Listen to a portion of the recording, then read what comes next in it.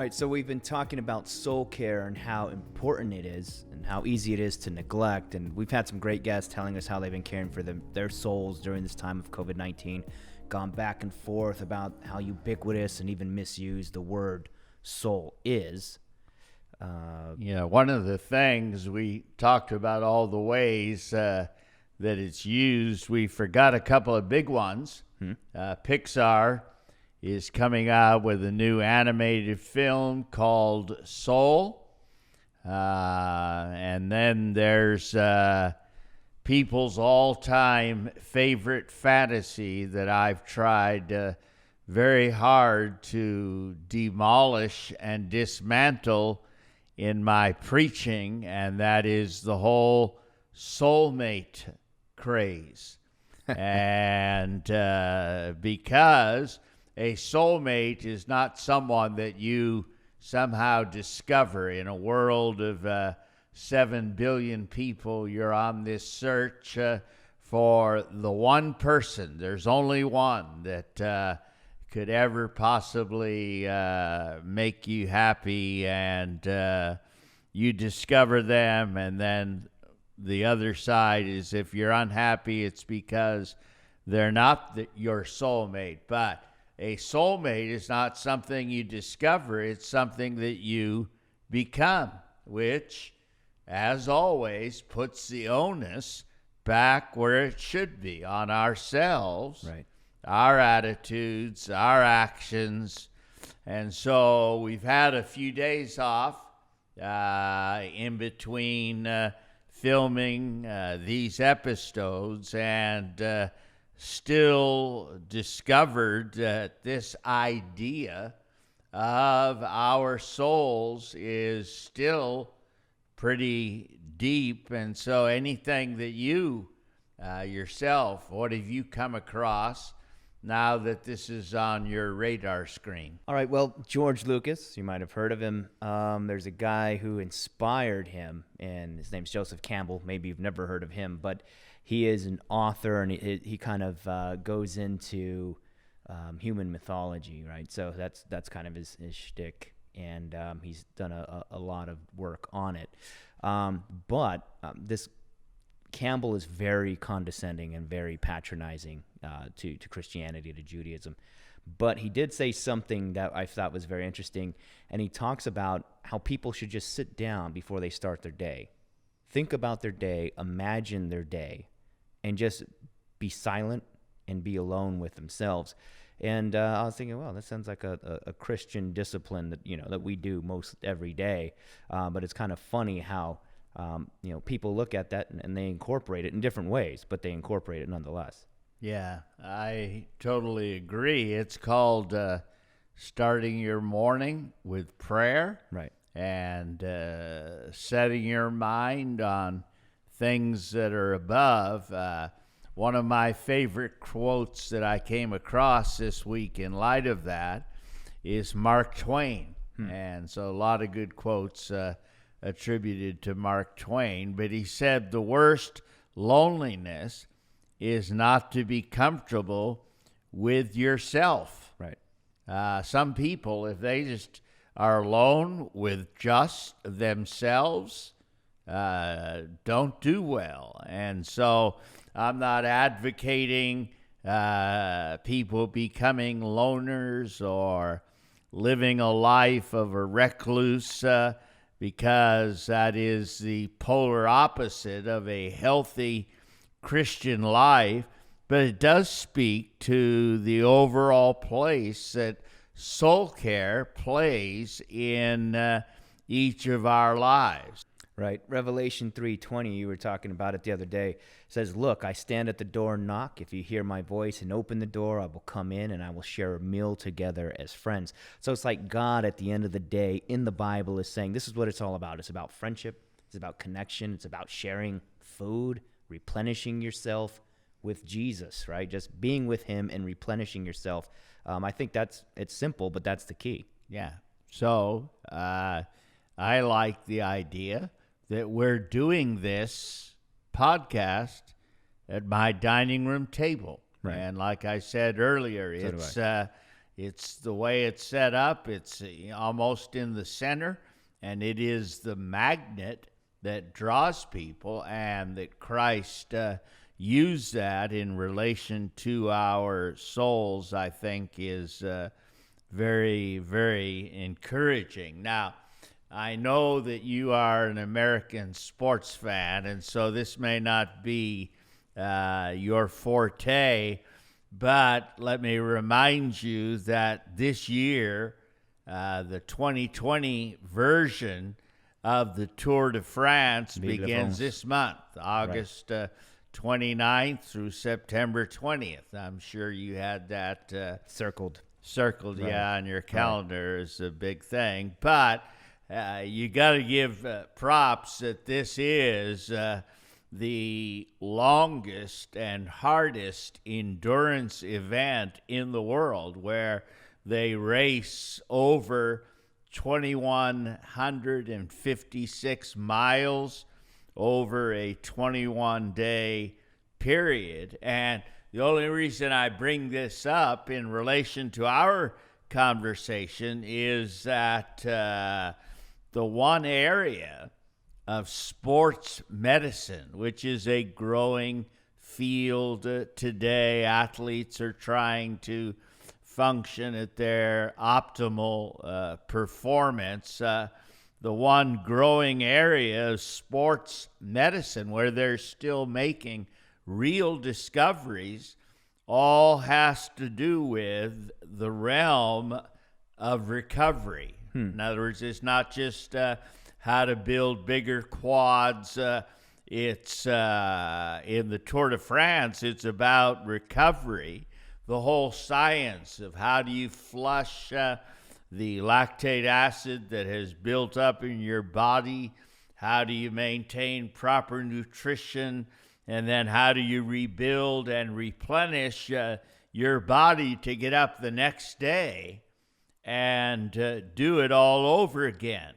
Right. Now, I don't know if any one of us sitting here today are Tour de France athletes. No. I did have it on my screen where I used to train, where you could basically put up anything. So you could put up Tour de France type workouts. But it does remind me of the fact that the Christian life is an endurance contest. It's not a sprint. It's an endurance event. And so the parallel of all of our lives, how do I recover? How do I replenish? How do I get ready for tomorrow? These are all things that we are learning and incorporating into our lives. So we can dig deeper into this subject for another week. Is that what I'm hearing you saying? Yeah, I'm saying that there's more here. This is, we're, like I said in the beginning, we're in some deep water. So we've gone from the deep end of the pool to the ocean. And one of the things that really captured my attention this past week was a video from PragerU on why are so many young people unhappy. And just the title alone captures your attention. And they put out great material, simple, straightforward, easy to understand. But this one is especially relevant because he or they are not the only voices today that are talking about the fact that, whether it's Gen Xers or millennials, whatever label you attach to people, happiness is not coming to them easily. I read a report from Reuters saying that in 2019, and so this is close, quote, suicidal thinking, severe depression, and rates of self-injury among U.S. college students more than doubled over the last decade. So they're struggling to find happiness. There was another article in the Journal of the American Medical Association that cited a study that indicates in the 20th century, people who lived in each generation were 3 times more likely to experience depression than folks in the generation before them. And in other words, it is increasing pretty much across the board. And what I find ironic is, despite all the attention to this, the rise in people's concern that this is something we should be aware of, the rise of the mental health profession, people are becoming still increasingly vulnerable to depression. There's always going to be sadness. There's always going to be loss. There's always going to be threats, very real threats. But I think the epidemic depression that we see, especially in the Western world, isn't coming from tangible sources like our grandparents, like previous generations. I think it's something that is like you said, it's something that we're overlooking. It's something that's being ignored in pop culture, in just the way we look at life in general. Yeah. I preached a sermon, looked at my notes. It was last October 2019, and it was called "The Light in the Darkness," helping those struggling with depression and suicidal thoughts.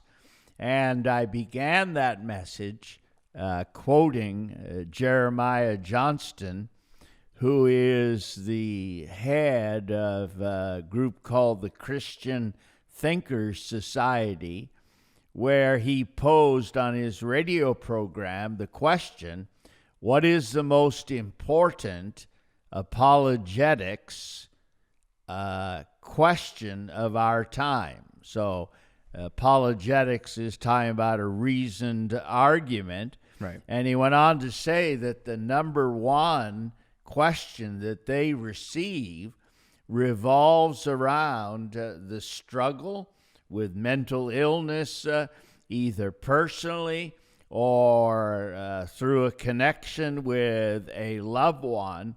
And I really agree with his conclusion that this represents an amazing opportunity for the church if, and that should be in capital letters and underlined, if Right. it can articulate an answer that will speak to this in a biblical and in a powerful way. And it challenged me to make sure that in my own preaching ministry and preaching menu, as it were, that I'm addressing biblically those very issues. All right, with us is a flight nurse for over 15 years, Naomi Maakestad. She is in the thick of it as far as this pandemic is concerned. She's seen a lot of things over the last 4 or 5 months, and she has a lot of insightful things to say. So just listen in to our conversation with Naomi Maakestad. Tell me, being a flight nurse, dealing with just this pandemic, the patients that you see, what percentage of patients do you see are COVID-19 patients? Probably, well, it started off slow, and then in the last probably 2 months, we probably transport at least 1 or 2 COVID patients a day. It was, the ICUs were getting full in Tucson, so our transports were getting longer. We had to, the state has their own line that the hospitals call and ask where the next available ICU bed is, and we were flying patients to the other side of Phoenix, pretty much as far as the helicopter would go. So these became really long transports with really critical patients. that was one of the things that I actually had to consider, because at one point it became really overwhelming. I found myself really overly concerned for everyone around me that they were going to get sick, because that's all I saw was the really sick patients. And then I realized that those are what we're called for. So as a critical care air transport, they're calling us to transport the ones that an ambulance can't take, that need a nurse on board because they're going to an ICU. So putting it in perspective became necessary, so that I wouldn't feel overwhelmed by it. Perspective was those 2% that they say that really, really sick that ends up intubated in the ICU. Well, that was what we saw. That was the 100% of what we saw. And so keeping a perspective and remembering that, there's 98% that never even get to this point and they're recovering. So it was really, really important, because that is the part that we were seeing. Did you see any kind of like residual mental effects, trying to come home and walk away from that and try to process that? I think for me, one of the things is, after years of doing this, I've been a flight nurse for 16 years, that you've built up some coping mechanisms already. I mean, we kind of laugh about things that most people wouldn't laugh about as just a way to keep from crying about them. But you also learn, I've always done everything I could for a patient, and then when you're done, you don't look back unless you needed to learn from it. And knowing that you did everything you could, and it's sort of a defense mechanism. And I think where I saw a real impact was on my coworkers, because I have a peace. I know that God is in control and that we get a chance to help, but that ultimately our times are in his hands, and we don't have the ultimate say. We fight for patients, but if God wants them to live, no matter what we do and no matter what science says, he can do that in spite of it. And I've seen so many miracles that part I have a peace about. But my coworkers who may or may not believe the same thing, that's where I saw it taking a toll. And they become very anxious, angry. They'd come in just ranting and raving about people not wearing masks, and because we're seeing the worst. And so they would resign themselves. I remember one day I dropped off a patient at the ICU in Phoenix, and the paramedic I was with, as we left the room, I heard her say, she's like, he's not going to make it. And something inside me rose up. It's just a fight inside of me. Like, you don't ever speak finality over a person. That's not our place. And I think just that we're so used to fighting for and helping and seeing a change in people. I think what's taken a toll is there's so much we're still learning about this, and so much that's changing daily, that you fight not to become disheartened when you see that many times what we thought was helping wasn't, and they're learning so much as we go along. And so I think fighting to keep from losing heart has been the biggest part of it. So what are you doing practically to combat that, in your own life, not losing heart, not losing hope? I think a big part of it is being very intentional about what I listen to, what I dwell on, because in the very beginning, it was very easy to just get overwhelmed by it. And one of the things that I found was that there was so much, we're searching for information because we're trying to figure out how to fix this and what can you do. And so in searching for information, there's so much out there, there's so much uncertainty, and then there's everybody wanting to put statistics out there, everybody wanting to have their 15 minutes of fame and be heard. But they're all focusing on the negative. And I think that so much of what I did was I stopped listening and stopped looking. I'll stop at the ICUs and I'll grab hold of whatever ICU doctors that are there and ask them, is there anything different that we're not doing? And I'll check for some educational sources so that we're staying on top of things. But I won't look at YouTube. I had to guard my heart because there was so much negative out there, and it's already a struggle to stay. It's not so much a struggle. It's just sort of you have to fight for what your mind dwells on, because if it continues to be negative, you can't bear it. And so I stopped looking at any type of social media, any type of, the news became overwhelming, and I stay informed, but I guard myself.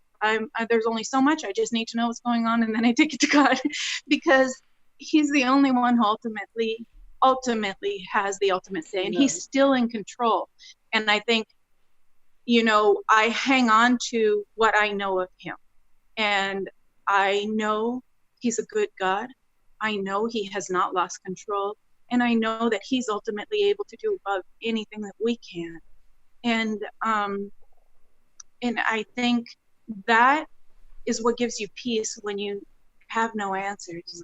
And he gives you joy in the middle of it. And one of the things is that you can stay joyful. In other words, it's a peace and a hopefulness looking forward to what he's going to do. And in fact, when I look around, I'm like, okay, if it's this bad, God, what are you going to do next? It's like an expectancy that stays in your heart, knowing that he doesn't stop here. He doesn't leave things like they are. He's a God with a plan and a purpose.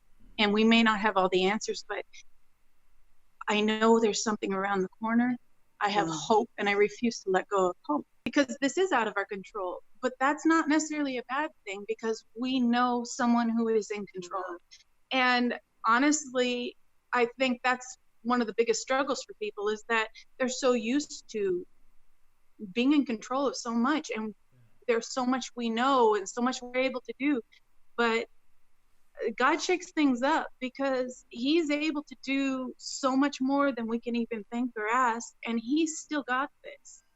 And I think a big part of that is, you're sheltered at home. I know the prayers of people have meant the world to me. I've had people text me, you've been on my mind and I'm praying for you. And I'm astounded by people like that, because that is the world. Those are people holding us up while we're there. That encourages so much. And I've learned to turn around and do it to others, because it's so encouraging to know that there's someone fighting for you, and that there's a God that hears them, and he shows himself so true and so faithful. And, if you're having a hard time, with the whole, with knowing, is he even in control here? Ask him. He is so faithful to show himself to you. And I have straight up asked him before, God, I just need to know you're still in this. And he'll turn around and hand you a sign, because he's a good God. And he strengthens the hearts of those who are disheartened. He's close to them. And he's able to do that. And there's nothing wrong with that. I do it a lot. And he's so faithful to show himself to you and encourage you. And it's an amazing time that we're living in. There's so much going on, and he's still got this. It's good. We wanted to ask you what you think about Matthew 16:26, and that says, "For what good is it for a man to gain the whole world and lose his own soul?" Okay, so every day there's people that we transport, traumas, unexpected happens to them, and the thought crosses my mind, we're transporting someone, and many times the thoughts cross my mind, this person never expected they'd be here today. Suddenly life stopped for them, changed for them, and we don't know what the next moment holds for us. And, what were their plans for that day? What were they planning when now they're being transported in a helicopter, on a ventilator, and fighting for their life? And you can gain the whole world. And it can stop and be pulled away in just one moment. And here's the thing is, when it comes down to it, you can strive for so much in life, and you're fighting for it, and you're trying to gain control, and what's it going to do for you in the end? You're still going to be facing God in the end, and you still have to answer for your life. So you want to spend your life trying and fighting for everything that the world says is success, and end up exhausted in front of God and having lost eternity. And because ultimately each one of these people ends up having to face eternity. And I think also, there's to go through life without peace and without joy, meaning that you've gained everything they say, but have you really lived? And there's so much more than just the life that many people think this is it. And if you don't have the hope for what's beyond that, or if you're not living life to its fullest with peace and joy that God can give you, then you're missing out on so much. I see a glaring anomaly in all of this, that people have more money today. Right. They have better health than ever before in history. They have better housing, more education.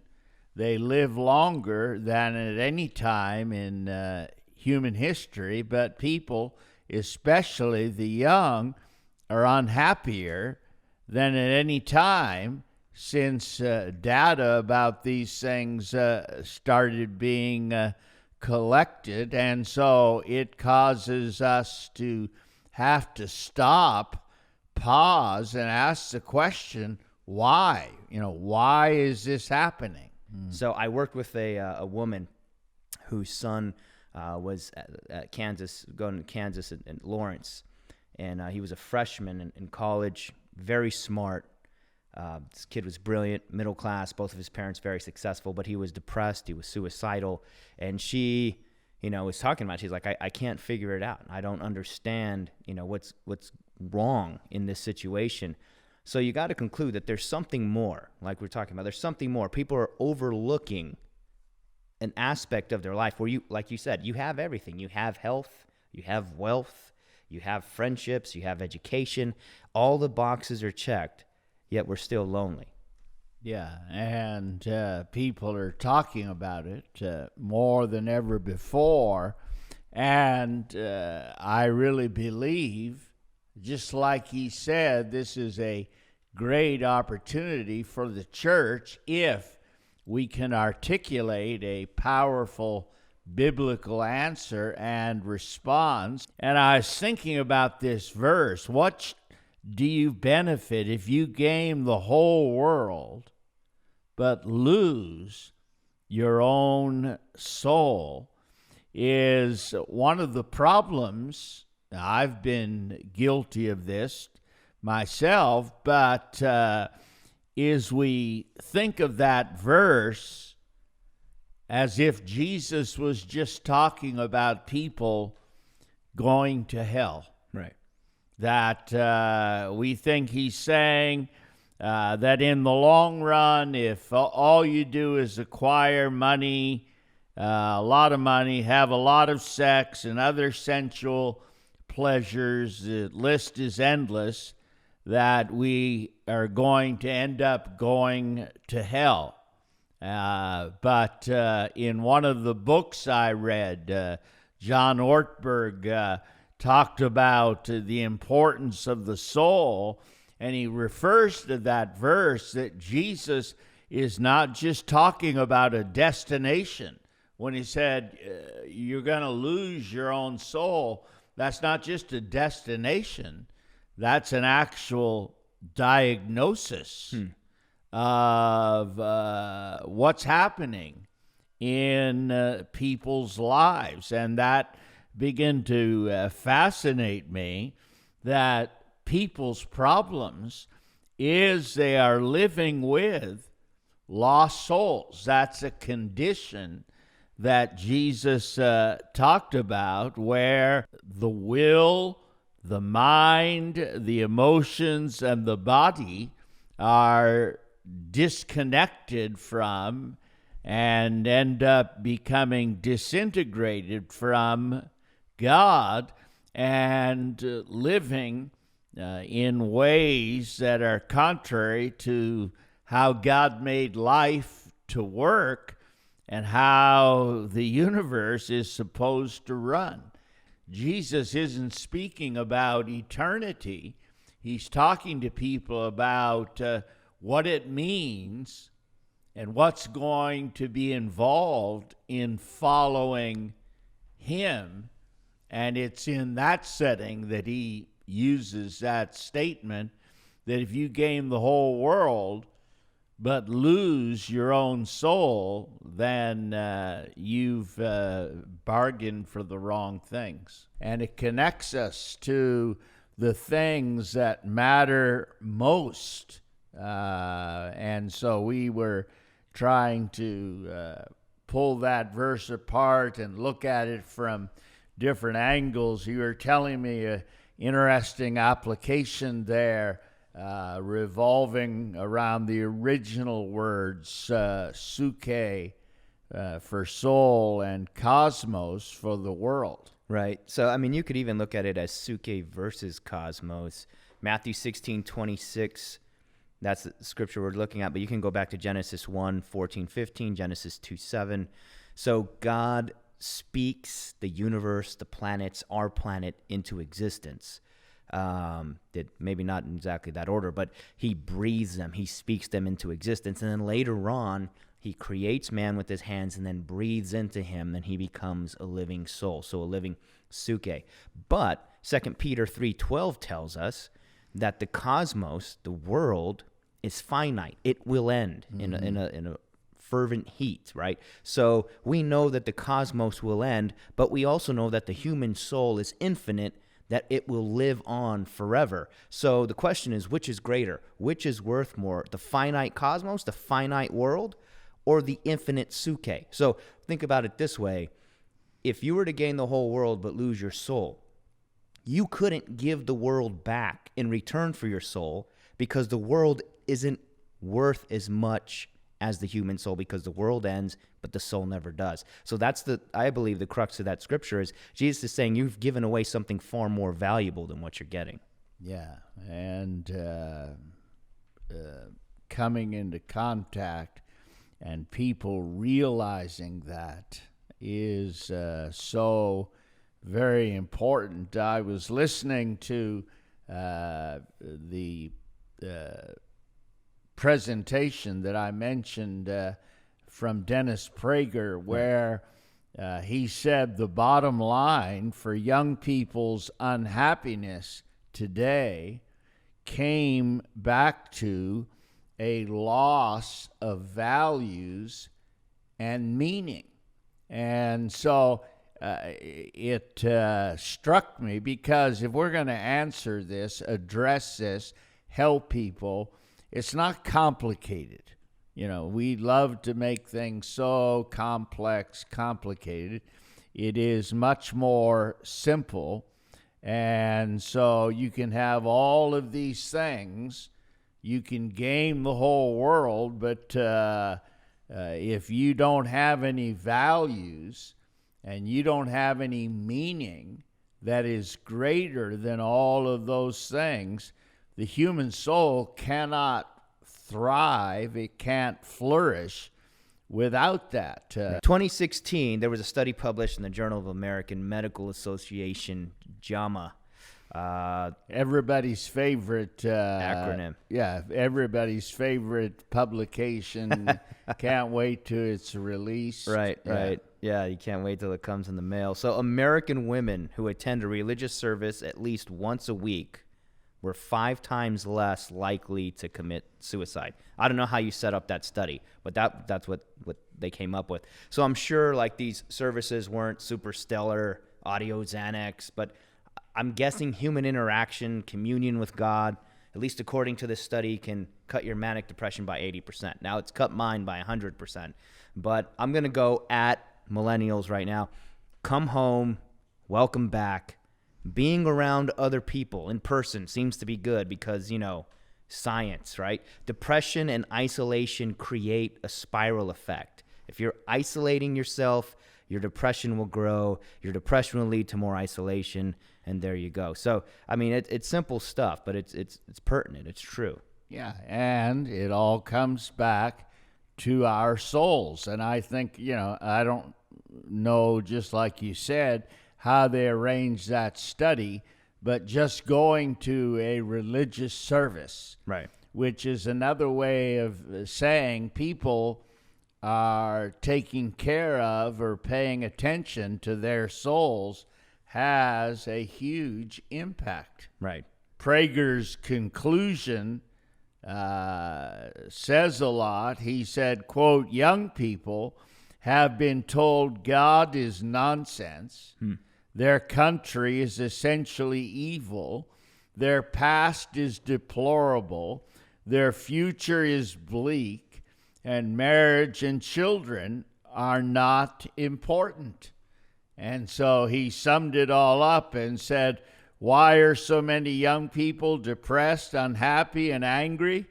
It's not capitalism. It's not income inequality. It's not the patriarchy. It's not even global warming. He said, quote, "It's having no religion, no God, and no country to believe in." And what does that leave them with? No meaning. And then, as a little bit of an aside, he closed and said, but there's always Instagram. Right. The be-all, end-alls. Prager talked about essentially three things: love of country, love of family, love of God.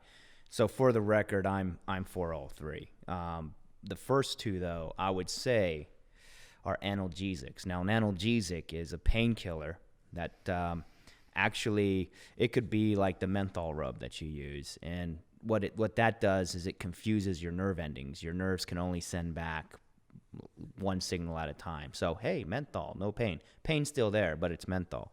That's what you're feeling. So what I'll say about patriotism, it's love of and devotion to your culture, to the place that you call your own. And greater men and women than me have died for me in the name of patriotism. Didn't even know me, didn't even know us.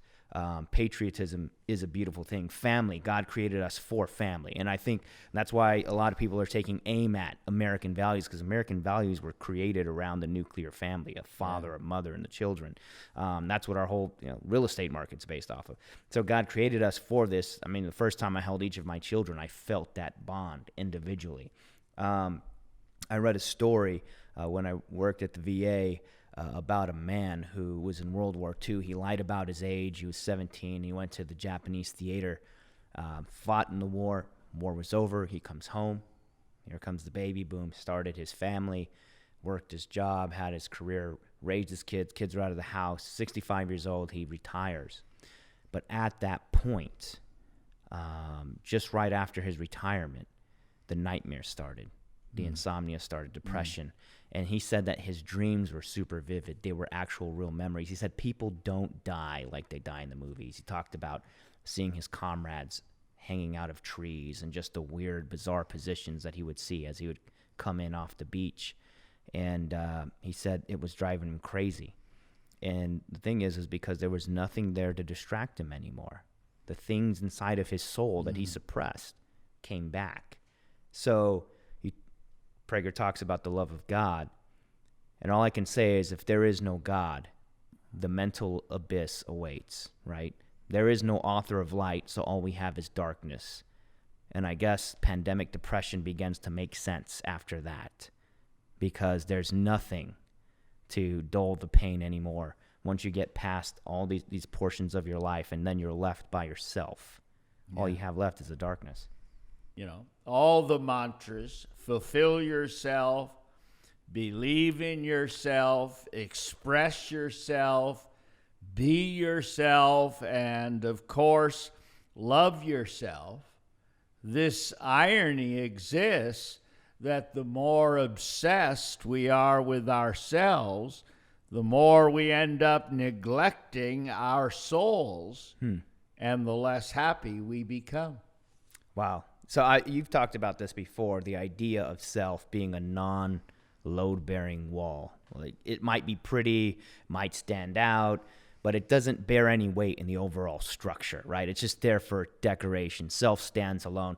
So the soul, on the other hand, reminds us that we're not made for ourselves. We're made for God. We're made for other people to bear weight. So, but imagine singing that old hymn, "Then sings myself, my Savior God." There's no weight there. Or "Jesus, lover of myself." Like it's weird, right? But the soul is tangible. The soul is alive. It's subject to laws of time, space, yet it's transcendent. But the idea of self is it's changing. It's always changing. In Joseph Campbell, self is the true myth, I believe. The idea of self is actually a myth. Yeah, and it's we've replaced the soul with the self, and you're right, I've called it a non-load-bearing wall. When guys call me about renting a building and say, "Oh, Pastor, there's a wall we have to move," my first question to them is it a load-bearing wall? It's one thing just to have little 2x4s with some sheetrock over it and moving that. But if you're talking about a load-bearing wall, the structure of that building is connected to it. And I believe that here we've spent 3 weeks talking about soul care.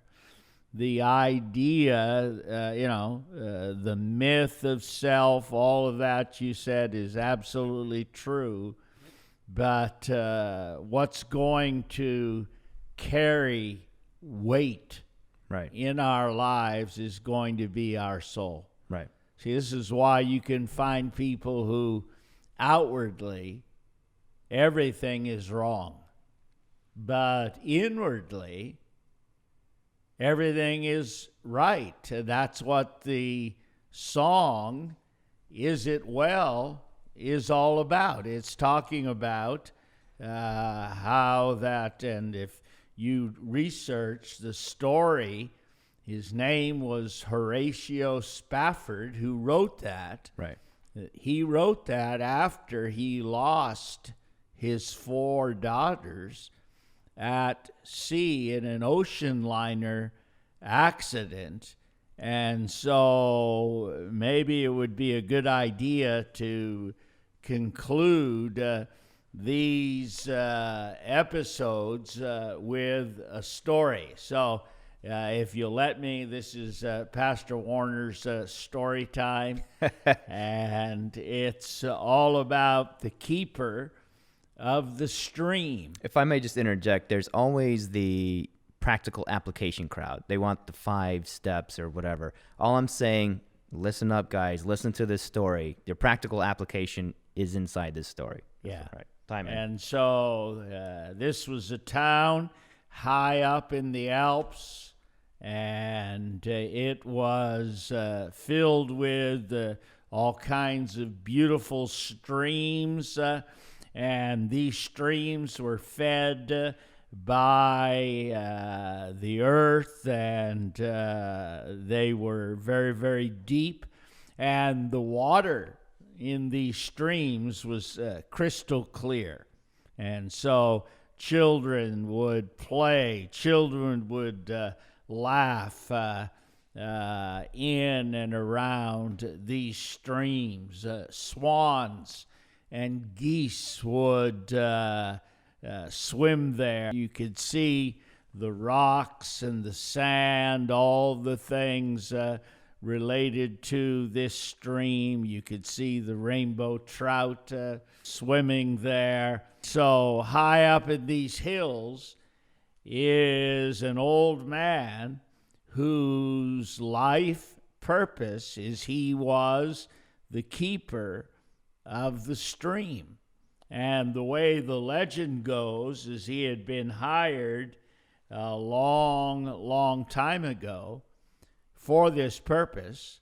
And it had been so long that people forgot why he was hired in the beginning. The town council decided that this man up there that they'd never really seen, whose whole job had been to keep these streams clear and fresh and life-giving, that they could take that money and put it to better use. And so, because after all, no one supervised this guy to begin with, they let the old man go. But high up in these mountains, the springs went now untended. And so things, debris and twigs and branches and other things begin to muddle up the streams.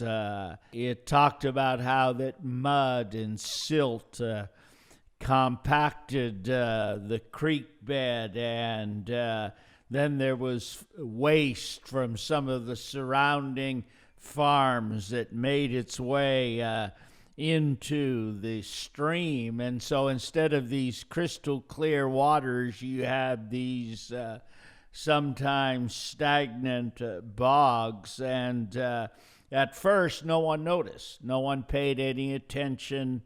But after a while, they began to realize that the water was not the same.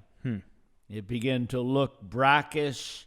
It's to me, I've used the illustration a lot of the Colorado River, is that when it begins up in the Rocky Mountains, it's clear, it's fresh.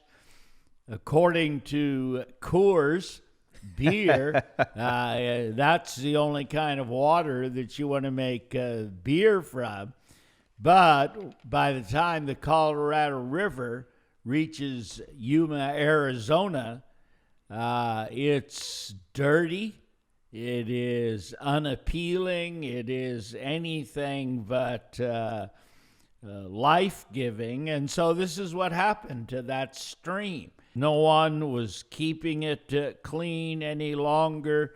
Children now were reticent to play in the stream. Some of the town people begin to get ill for various reasons, and they notice that the loss of the beauty that had flowed along the banks of these streams in these towns had disappeared, and the life of the village, they discovered, depended on the stream.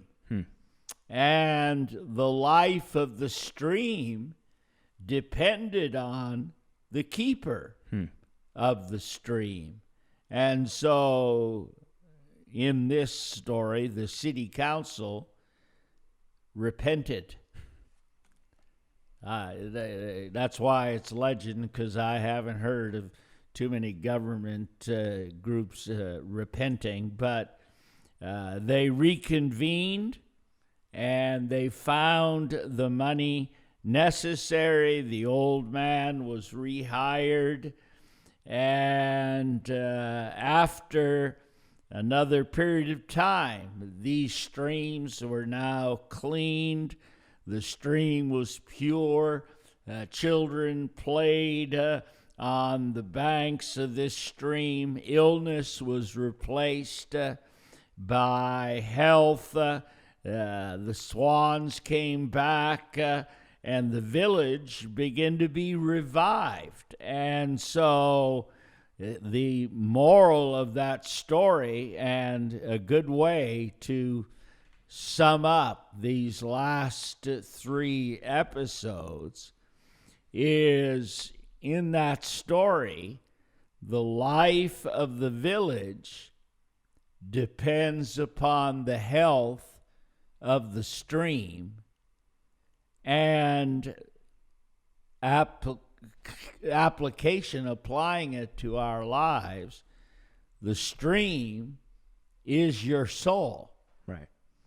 And and you are the keeper of the stream, or you are the keeper of your soul. And so soul care, soul maintenance, all the things that go into building up our inner man, where we're being changed and transformed, and the meaning and the purpose that this brings to life is such a powerful, very simple, but such a powerful truth. And so if we're going to talk about is it well, we said right from the beginning, that song says, it is well with my soul. Don't neglect your soul in the midst of all of that, because when all is said and done, having a healthy soul, it's what's going to see us through to the very end, and not only benefit our lives, but it's going to be the thing that makes us a great blessing to people all around us. All right, we hope you've enjoyed this episode of Door Church Connect and our analysis of the soul and soul care. So next week, we're going to transition a little and get into the thought that Jesus, the God-man, had to grow, right? So if Jesus had to grow, that says that we ourselves have to grow as well. So our next guests are going to be Georgia Fay and Jessica Smith, the principals of a company called Mental Finesse. They have some great content, some amazing testimonies, amazing stories of things they've run into while helping people. So #missionary kids, #born for this. So see you next week. Keep it well.